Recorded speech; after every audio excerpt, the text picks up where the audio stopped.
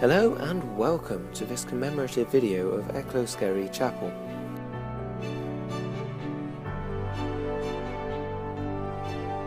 Located near Launceston in Cornwall, the chapel has meant a great deal to all families that attend now and that have attended since it was first constructed over 150 years ago.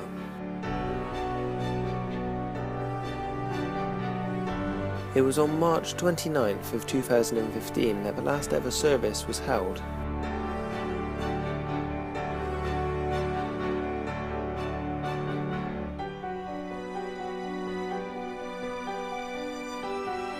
What follows now is a few interviews from two different people both at the service, and they will be sharing their memories and their connections with the chapel. I think the church has been here over 130 years. I know Melvin was able to tell us that it was either 1886 or 1880. He's got records going back that far, so that's terrific. We've had a gathering of family and friends, members, and I think other people, the circuit stewards have been here, the vicar's been here, Jeffrey and Gelly, so we've had a good gathering of all the people in the area who know about the place. Other people who must have had connections in the past, I think, as well. So we're picking up some of their memories and hopefully they'll write them down as well. Yeah, and hopefully if we can remember them to a video. What's that there? Should I talk about this? I mean, I remember we put together the service because people gave us hymns and things, so they were able to sort of share why they were important to them. You know, so we had "Come Let Us All Unite and Sing," and we had "Great Is Thy Faithfulness." You know, just because God is faithful. I think Cynthia said that. Melvin liked "And Can It Be," and we had a good enough crowd to sing it, because you need a certain minimum number for that one, really. Yeah. We finished with "Trust and Obey," and that's a lovely sing. It was a really good one to go out with. It helped us brighten the mood. You know. And as you say, it completes the journey, it completes the race. Yeah. Well, that was part of the reading.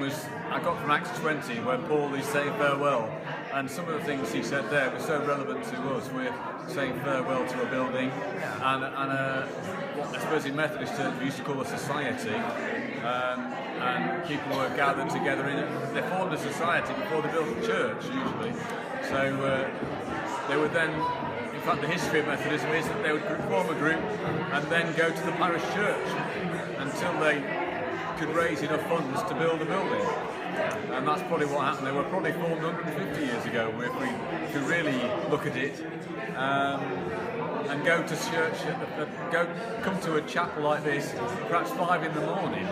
You know, they were because it was a movement. It was something that they were doing before they went to the parish church, or they had their work. You know, there were lots of other things to do. And obviously at that time there was a lot more farming going on, all the family was a lot closer. You're right, actually, yeah. Think about in terms of the unity of the community, because people were living next to each other, several more workers on each farm, and probably every farm expected to attend worship as well, whether it was here or the church. So yeah, bigger numbers generally, and families.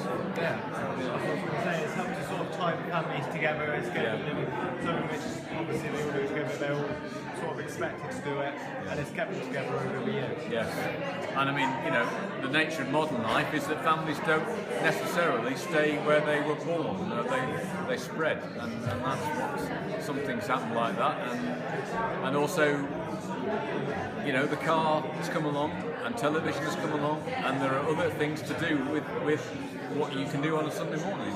You know, we're competing in a leisure industry sometimes.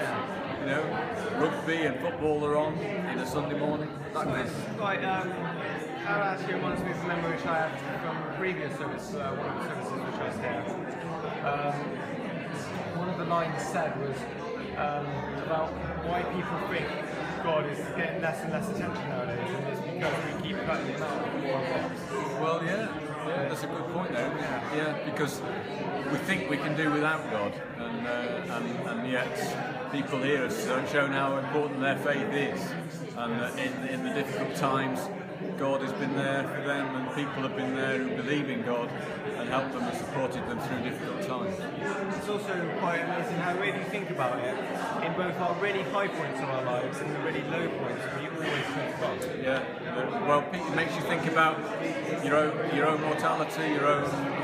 One day we'll all die, and it's not an easy subject to deal with. But we celebrate those points when people are born, people are getting together, married, and so on. We're still there for people when they're dying as well. And that's what I suppose this place makes us proud to think that this is all of these sort of things have been dealt with here. Yeah. We've gone on a journey together. It's time to say goodbye to this. Yeah, we've said the purpose of this place is fulfilled. We've said our task is completed. I mean, it's clear that the popularity of the chapel isn't as great as it used to be, and unfortunately the sort of lower generations have not been here to carry it forward, and that's nobody's fault. It's just the way that life is, and we've had to say farewell. But the task is over. The work is complete. Thank you. Biggest memories of this place? Well, just to say, I'm Phil Parsons, my mum is Muriel Parsons, and mum being one of the 5 sisters and 2 brothers that used to come to this is the home church. We would always come back on those big events, which were the harvest festivals and the anniversaries, the big church events, and meet all the cousins, go back to Grand Simmons for Sunday lunch or Christmas time or harvest time, and then duly explore the open countryside around the Simmons farm, which was called Eastdown End, wasn't it? And this was always the place that brought us together, and we just enjoyed each other's company, the ups and downs of life, and saw ourselves grow up together, I suppose, as cousins, which unfortunately today we don't spend so much time to do and have that opportunity as we did. So you feel that it sort of tied the family together a lot closer than it did? It was a symbolic place that brought us together, a place of a family, and where we could come and meet and catch up and reflect on the year that had passed, and any new boyfriends or girlfriends that had appeared sometimes, or new members of the family that was extending itself. Yeah. So with this place closing, how does that actually sort of make you feel now? Because obviously it's got a lot of memories for you. The family's been... It has. It is the end of an era, as they say, isn't it? And it served its purpose. These people have been faithful to God in all they've done in all the service, but it's run its time, and in effect, as they said today in the service, they're worn out and they're ready to retire, and it's past its usefulness, I suppose, for its purpose, and there are new places where people can go and celebrate God's kingdom. So it's been a great place. So it's time to move forwards. Yeah. Excellent. I agree with that.